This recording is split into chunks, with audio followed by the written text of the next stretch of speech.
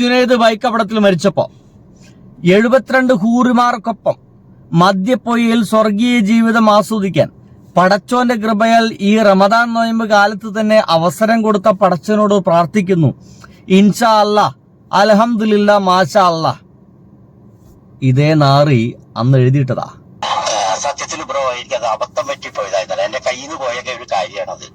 എന്ന് വെച്ച് കഴിഞ്ഞാല് ഇന്നലെ സംഭവിച്ചത് ഇന്നലെ ഞാൻ ഫിറ്റായിരുന്നു. ഞാൻ ആകെ എന്റെ പ്രിയ സുഹൃത്തുക്കളെ, ആ നാറിയുടെ മാപ്പ് വന്നിട്ടുണ്ട്. സ്വാഭാവികമായിട്ട് ഈ സംഘികൾ അല്ലെങ്കിൽ സംഘി തലച്ചോറുള്ള ആളുകളൊക്കെ എല്ലാം എന്തെങ്കിലുമൊക്കെ സംഗതികൾ കാണുമ്പോൾ അതിന്റെ അടിയിൽ എന്തെങ്കിലും അനാവശ്യങ്ങൾ എഴുതിയിടുക, എന്നിട്ട് പിറ്റേ ദിവസം പറയുക ഞാൻ ഫിറ്റായിരുന്നു, ഞാൻ കള്ളു കുടിച്ചിരുന്നു, എനിക്ക് ബോധമില്ലായിരുന്നു. സംഖ്യാവുക എന്ന് വെച്ചാൽ ബോധമില്ലാത്തൊരു കാര്യമാണ്. എന്നാൽ ഇങ്ങനെ പറയുക എന്നുള്ളതാണ്. നമുക്ക് ഇന്നലെ നമ്മളെ മനസ്സിനൊക്കെ ആകെ തകർത്ത് കളഞ്ഞൊരു സംഭവം ഉണ്ടായി.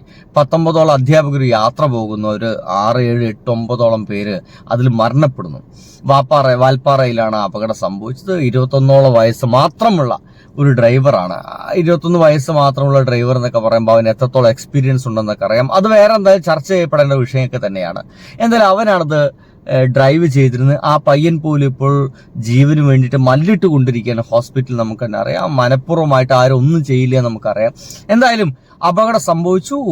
ഒരു സ്കൂളിലെ തന്നെ 9ഓളം അധ്യാപകരാണത്രേ മരണപ്പെട്ടു പോയത്. ഭയങ്കര ദുരന്തമാണ്.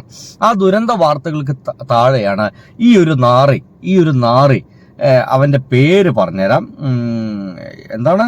രാജൻ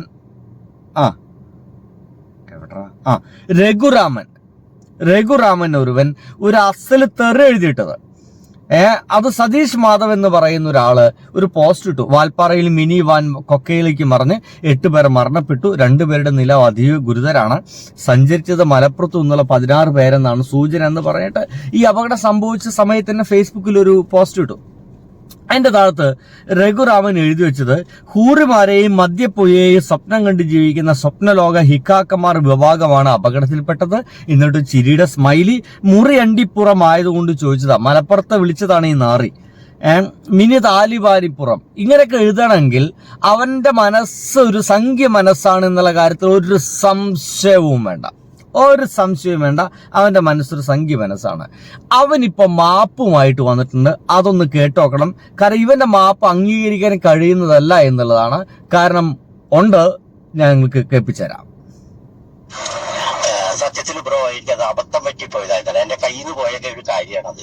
എന്താണ് വെച്ച് കഴിഞ്ഞാല് ഇന്നലെ സംഭവിച്ചത് ഇന്നലെ ഞാൻ ഫിറ്റായിരുന്നു. ഞാൻ ആകെ കാലത്ത് മുതൽ നല്ല മദ്യത്തിൽ നല്ല കുളിച്ച് കിടക്കാറുണ്ട് ഇന്നലെ.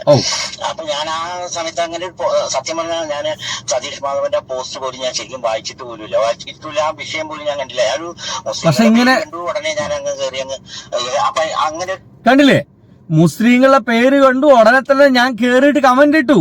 എന്താ, ഹിക്കാക്കമാരാണോ മരിച്ചത്? പൊട്ടിച്ചിരിക്കുന്നു. മുറി അണ്ടിപ്പുറത്തു നിന്നാണ് സംഭവിച്ചത്? പൊട്ടിച്ചിരിക്കുന്നു. മിലി താലിബാനിപ്പുറം. മുസ്ലിങ്ങളെ പേര് കണ്ടു ഇയാള് കയറി കമന്റ് ഇട്ടു എന്നുള്ളതാണ്. മുസ്ലിങ്ങളെ കണ്ടുകൂടാ.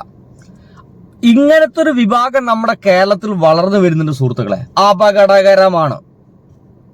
മുസ്ലിങ്ങളുടെ പേര് കണ്ട് അതിന്റെ താഴത്ത് തെറി എഴുതി വിടാൻ വരുന്ന ഇത്തരം ആളുകൾ നാളെ മറ്റന്നാള് ഒരവസരം കിട്ടിയാൽ മുസ്ലിങ്ങളെ നേരിൽ കണ്ടാൽ അടിക്കില്ല എന്നും തീർത്ത് കളയില്ല എന്നും എന്താ ഒരു ഉറപ്പ്?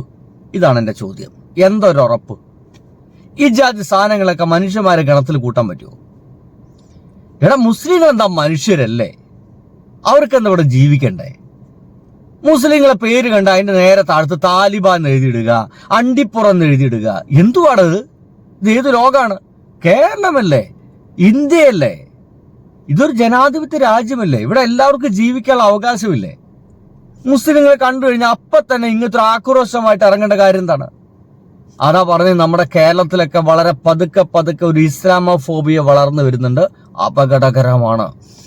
ഒരു വിഭാഗം ജനതയെ തകർക്കുവാൻ ആയിട്ട് ഇറങ്ങിത്തിരിക്കുന്നു ചില ആളുകൾ. ഇത് ശരിയല്ല എന്നുള്ളതാണ്. എന്തായാലും കേട്ടോ. കാരണം വരാനുള്ള എന്താ വെച്ചാൽ ആ ചേർത്തലയില് മറ്റേ കുഴിമന്തി ഹോട്ടലില് മറ്റേ വിഷുവിന്റെ ആ ഒരു വിഷയം ഉണ്ട്. വിഷു ബ്രോഷർ ഇറക്കിയില്, വിഷു ആശംസകൾ ബ്രോഷർ ഇറക്കിയില് ഉണ്ണിക്കണ്ണനെ കൊണ്ട് കുഴിമന്തി തിരിക്കുന്നതും, അതുപോലെ അതിന്റെ അപ്പുറത്ത് മറ്റേ ഷിയാസ് കരീം എന്ന് പറയുന്നവൻ ബീഫ് മറ്റേ എന്താ പറയാ ബിഗ് ബോസിൽ ഉണ്ടായിരുന്ന ഒരു ലേഡി വിന്നറിനെ കൊണ്ട് നീ സംഖ്യയായോ, നീ ആ കുട്ടി ബീഫ് തിന്നില്ല എന്ന് പറഞ്ഞപ്പോൾ സംഖ്യയായോ എന്ന് ചോദിച്ചിട്ട് അവന്റെ ഒരു കമന്റ്. അപ്പൊ അതിന്റെയൊക്കെ ഉള്ള ഒരു അമർഷം നമ്മുടെ ഉള്ളിലുണ്ടായിരുന്നു. ആ ഒരു അമർഷത്തിന്റെ ബേസ് എന്റെ ഉള്ളിൽ കിടക്കണമെന്നുകൊണ്ടാണ് ഞാൻ ഇന്നലെ നല്ല അസൽ കള്ളായിരുന്നു, മദ്യമായിരുന്നു. രണ്ട് കാരണങ്ങളാണ് ഇവനെ. ഒന്ന്, ഉണ്ണിക്കണ്ണനെ കൊണ്ട് എന്താണ് മന്തി തീറ്റിപ്പിക്കുന്ന സംഭവം നമ്മൾ ഇന്നലെ ചെയ്തു, നമുക്കറിയാം. എടോ രഘുരാമ, നീയൊന്ന് മനസ്സിലാക്കുക, ഒരാൾ ചെയ്ത കുറ്റത്തെ ഒരു വിഭാഗത്തിന്റെ മേലേക്ക് ചാർത്തല്ലേ. നോക്ക്, മഹാത്മാഗാന്ധിയെ കൊന്നുകളഞ്ഞത് ഹിന്ദുവാണ് അല്ലേ? ഒരു ഹിന്ദുവാണ് കൊന്നുകളഞ്ഞത്. അത് വെച്ചിട്ട് നമ്മുടെ ഇന്ത്യയിലെ എല്ലാ ഹിന്ദുക്കളും കൊലപാതകളാണോ? എല്ലാ ഹിന്ദുക്കളും മോശക്കാരാണോ? അല്ലല്ലോ. അങ്ങനെ ആരെങ്കിലും കരുതുന്നുണ്ടോ? അങ്ങനെയാണെങ്കിൽ ആലപ്പുഴയിലെ ഒരു മുസ്ലിം ചെയ്ത ഒരു കുറ്റത്തിന് മുസ്ലിങ്ങളെ മുഴുവൻ തെറി പറയുന്ന എന്ത് ന്യായമാണുള്ളത്? ഷിയാസ് കരീം അവിടെ നമ്മുടെ ഇവളോട് ചോദിച്ചു, നീ ബീഫ് കഴിക്കാറുണ്ടോ, നീ എന്താ BJP ആണോ? സ്വാഭാവികമായിട്ട് നമ്മുടെ നാട്ടിൽ എല്ലാവരും ചോദിക്കുന്ന ചോദ്യമാണത്. നീ ആരെങ്കിലും ബീഫ് കഴിക്കില്ല ചോദിച്ചു, നീ എന്താ സംഖ്യയാണോ ചോദിക്കും. BJP ആണല്ലോ ചോദിക്കുക, സംഖ്യയാണെന്ന് ചോദിക്കും. കാരണം സംഖ്യകളാണല്ലോ ബീഫിനെതിരായിട്ട് നമ്മുടെ ഇന്ത്യയിൽ ഏറ്റവും കൂടുതൽ പ്രവർത്തിക്കുന്നത്. അപ്പൊ അതുകൊണ്ട് ചോദിച്ചു പോകുന്നതാണ്. അതൊരു സാമാന്യ നോർമൽ ചോദ്യമായിട്ട് നമ്മുടെ കേരളത്തിൽ മാറിയിട്ടുണ്ട്. പക്ഷേ ഈ രണ്ട് കാരണങ്ങളാണ് ഇങ്ങനെ മരണപ്പെട്ടു പോയ മുസ്ലിങ്ങൾക്കെതിരെ ഇമ്മാതിരി എഴുത്തുകൾ എഴുതാൻ വേണ്ടി രഘുറാം എന്ന് പറയുന്ന ഒരാളെ പ്രേരിപ്പിച്ചത് അത്ര. ഒപ്പം മദ്യവും. ഇവന്മാരൊക്കെ ഫുള്ള് മദ്യമാണെന്നേ. നോർമലി ഞാൻ അങ്ങനെയൊന്നും പറയുന്ന ഒരാളൊന്നുമല്ല.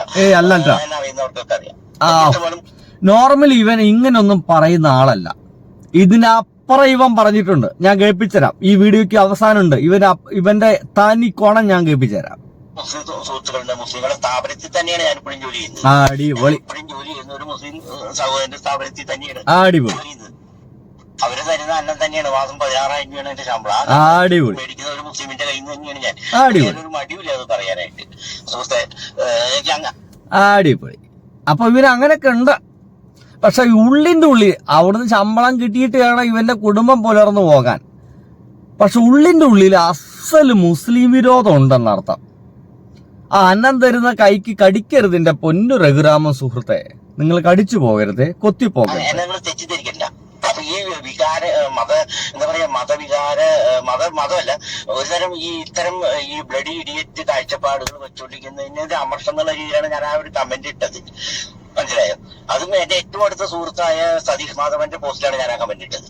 ഒരിക്കലും എന്നെ തെറ്റിദ്ധരിക്കൊന്നുമില്ല. ഞാനൊരു ഇസ്ലാം വിരുദ്ധനോ ഇസ്ലാമോഫോബിക്കൊന്നുമല്ല. പക്ഷെ മതതീവ്രവാദത്തിനെതിരെ ഞാൻ എന്നും ശക്തമായിട്ട് ഇടപെടുന്ന ഒരാൾ തന്നെയാണ്. ഒരു തർക്കം വേണ്ട ആ കാര്യത്തിൽ. ഇസ്ലാം മത തീവ്രവാദത്തിന് അല്ലെങ്കിൽ താലിബാനിസത്തിനെതിരെ ശക്തമായിട്ട് പോരാടുന്ന ഒരാൾ തന്നെയാണ്. ഇനിയിപ്പോ അത് ഇതുമായിട്ട് ലിങ്ക് ചെയ്യണ്ട. ഇവിടെ നോർമലി ഒരു മുസ്ലിമിനെ നമ്മൾ എതിർക്കുന്ന ഒരാളൊന്നുമല്ല ഞാൻ സുഹൃത്തെ. എന്നെ തെറ്റിദ്ധരിക്കണ്ട. തെറ്റിദ്ധാരണ ഒന്നുമില്ല. ഏതെങ്കിലും ഒരു വ്യക്തി ചെയ്യുന്ന തെറ്റ് ആ സമൂഹത്തിലെ എല്ലാവരും ചെയ്യുന്ന തെറ്റായിട്ട് കരുതപ്പെടുന്നത് ശരിയല്ല സുഹൃത്തെ. നിങ്ങളെ തലച്ചോറിന്റെ ഉള്ളിലാണ് തീവ്രവാദം ഉള്ളത്. മനസ്സിലാവുന്നുണ്ടോ? ഇതേപോലെ തെറ്റുകൾ ഹിന്ദുക്കൾ ചെയ്യുമ്പോൾ ഹിന്ദുക്കൾ മുഴുവൻ ചെയ്തതായിട്ട് നിങ്ങൾ കരുതുന്നില്ലല്ലോ. അതിന്റെ പേരാണ് തീവ്രവാദം. മനസ്സിലാവണണ്ട. ഞാൻ ജീവിതത്തിൽ മുസ്ലിം വിരിച്ചതൊന്നുമല്ലപ്പാ. മുസ്ലിം വിരിച്ചതായിട്ട് മനുഷ്യനായി കാണുന്ന ഞാനൊരു ഫെമിനിസ്റ്റ് ആണ്. അത് തർക്കമൊന്നും വേണ്ട. ഞാനൊരു ഫെമിനിസ്റ്റ് ആണ്. എന്റെ എന്താ പറയാ, എന്റെ ടാറ്റു അടക്കം ഞാൻ നിങ്ങളെ ഇതിൽ കാണിച്ചു തരാം. ഞാനൊരു ഫെമിനിസ്റ്റ് ആണ്. 100% ഫെമിനിസ്റ്റ് ആണ്. അപ്പൊ അതിന്റേതായ ചില പ്രശ്നങ്ങളുണ്ട് നമുക്ക് ഇപ്പൊ ഈ മതമൊക്കെ ആയിട്ട്. അപ്പൊ അതിന്റെയൊക്കെ ചില ഈ കറകളാണ് നമ്മൾ ചിലപ്പോൾ എന്തെങ്കിലും നമുക്ക് എന്താ പറയാ ഓവർഫ്ലോ ആവുന്നത്. കൊള്ളാട്ടോ. ഫെമിനിസ്റ്റായി എന്ത് തേങ്ങയുടെ ഓവർഫ്ലോ ആവാണ് എന്നറിയുന്നവർക്കൊക്കെ അറിയാം. കേരളത്തിൽ ഒരു നല്ല ശതമാനം പേർക്ക് എന്നെ അറിയാം. എന്റെ പേര് അറിയാം, എന്നെ അറിയാം. ഞാനൊരു ഫെമിനിസ്റ്റ് ആണ്. ശബരിമല വിഷയത്തിലൊക്കെ പെണ്ണുങ്ങളെ ശബരിമല എത്തിച്ചതിലൊക്കെ നല്ല മുഖ്യ പങ്ക് വഹിച്ച ഒരാൾ തന്നെയാണ് ഞാൻ. ഡിജിറ്റ് ചെയ്യാൻ വാട്സപ്പിൽ നമുക്ക് സൗഹൃദം പുലർത്താം. നമ്മുടെ സംശയങ്ങൾ എനിക്ക് എനിക്കൊരു അത്യാവശ്യം മതപണ്ഡിതനാണെന്ന് എനിക്ക് തോന്നുന്നത്. അപ്പൊ അത്യാവശ്യം എന്റെ സംശയങ്ങൾ നിങ്ങളോട് ഇതേതോ ഒരു മതപണ്ഡിതനോട് സംസാരിക്കുന്ന കാര്യമാണല്ലോ. ആരാണ് അവൻ ചോദ്യം ചോദിച്ചത്? എന്തായാലും ഫെമിനിസ്റ്റ് ആണ്. ഈ ഫെമിനിസവും അന്യമത വിരോധവും ഒരുമിച്ച് കൊണ്ടുനടക്കുന്നുണ്ട്. കൊള്ളാം. നിങ്ങളോട് എനിക്ക് ചോദിക്കാം, എന്റെ സംശയം നിങ്ങൾക്ക് നിങ്ങളോട് എനിക്ക് എന്തെങ്കിലും പറയാനെങ്കിൽ അതിന്റെ കാര്യങ്ങൾ നിങ്ങളോട് പറയാം. നിങ്ങൾ എന്നെ നെഗറ്റീവ് ചെയ്യണ്ട. ഈ സൗഹൃദം നമുക്ക് മുന്നോട്ട് കൊണ്ടുപോകാമെന്ന് വിചാരിക്കുന്നു. തീർച്ചയായിട്ടും നിങ്ങൾ എന്നെ വിളിച്ചതിൽ എനിക്ക് വാട്സപ്പിൽ ഒരു ഇതിട്ടതിൽ എനിക്ക് തീർച്ചയായിട്ടും സന്തോഷമുണ്ട്. ഓക്കെ, ഉറപ്പായിട്ടും സന്തോഷമുണ്ട്. ഉസ്താദെ, ഞാനൊരു സംശയം ചോദിച്ചോട്ടെ. ഈ ഒരു ഷഫീന ബീബി എന്ന് പറയുന്ന ഒരു ലേഡി, അതായത് ഇസ്ലാം സമുദായത്തിൽ പിറന്ന ഒരു ലേഡി, ക്ലബ് ഹൗസില് ലജ്ജാതി നമ്മുടെ മത ഇതിനെ എതിർത്തി സംഗതിയോടെ കേൾക്കട്ടെ. അത് അവന്റെ വിഷയം, അതവൻ പോട്ടെ. ഇവനെന്താ പറഞ്ഞേ? ഇവൻ ആദ്യമായിട്ട് ഇങ്ങനെ ചെയ്തു തന്നോ? അല്ല സുഹൃത്തുക്കളെ, ഒരു വീഡിയോ നിങ്ങൾ കാണാൻ. ഒന്ന്, നമ്മുടെ രഘുരാമൻ, നമ്മുടെ പാലക്കാട്ടത്തെ രാഹുൽ മാങ്കൂട്ടമില്ലേ, രാഹുൽ മാങ്കൂട്ടത്തിന്റെ ഒപ്പം ഒരു പോസ്റ്റ് ഇട്ടിട്ടുണ്ട്. ഒറ്റ ആഗ്രഹമേ ഉള്ളൂ, നാളെ പാലക്കാട്ട് വോട്ടെണ്ണുമ്പോൾ ഒറ്റ വോട്ടിനെങ്കിലും എൻ്റെ ഏറ്റവും പ്രിയപ്പെട്ട ചങ്ക് പാലക്കാട് വിജയിക്കണം, രാഹുൽ മാങ്കൂട്ടത്തിൽ നവീൻ എന്ന് പറഞ്ഞൊരു എഴുത്തവൻ ഇട്ടിട്ടുണ്ട്. 2024 ചെയ്ത 22-ാം തീയതി നവംബർ 2024. സംഗതിയോടെ കിടക്കട്ടെ. നമ്മളുടെ ഒരു വ്ളോഗർ ജുനൈദ് എന്ന് പറയുന്ന മനുഷ്യനുണ്ടായിരുന്നു. ഒരു പ്രത്യേക രീതിയിലൊക്കെ ഡാൻസൊക്കെ കളിച്ചിട്ടൊക്കെ വീഡിയോ ഒക്കെ ചെയ്യുന്ന ഒരാള്, ആ മനുഷ്യൻ അവൻ മരണപ്പെട്ടു. ബൈക്കൊക്കെ ഓടിച്ചു വരുമ്പോഴേ എവിടെയൊക്കെ കല്ലിലൊക്കെ തട്ടി വീണിട്ടാണ് അവൻ മരണപ്പെടുന്നത്. വ്ളോഗർ ജുനൈദ് മരണപ്പെട്ടപ്പോൾ അതിന് താഴത്ത് ഇതേ രഘുരാമൻ എഴുതിയിട്ടത് മനസ്സിലാക്കണം. അപ്പോഴറിയാം ഇവൻ എത്രത്തോളം തലയുടെ ഉള്ളിൽ ഈ ഇതുണ്ടെന്ന്, ഈ മുസ്ലിം വിഭാഗത്തോടുള്ള എതിർപ്പുണ്ടെന്ന്. നോക്കിയേ, അന്ന് ഇവൻ എഴുതിയിട്ടത് ഇങ്ങനെയാണ്: 72 ഹൂറിമാർക്കൊപ്പം മധ്യപുഴയിൽ സ്വർഗീയ ജീവിതം ആസ്വദിക്കാൻ പടച്ചോന്റെ കൃപയാൽ ഈ റമദാൻ നൊയമ്പ് കാലത്ത് തന്നെ അവസരം കൊടുത്ത പടച്ചവനോട് പ്രാർത്ഥിക്കുന്നു. ഇൻഷാ അല്ലാ, അൽഹംദുലില്ലാ, മാഷാ അല്ലാ. ഈ രഘുരാമൻ എഴുതിയിട്ടതാ. നീ പറ, നിങ്ങൾ പറഞ്ഞോളി. ബൈ.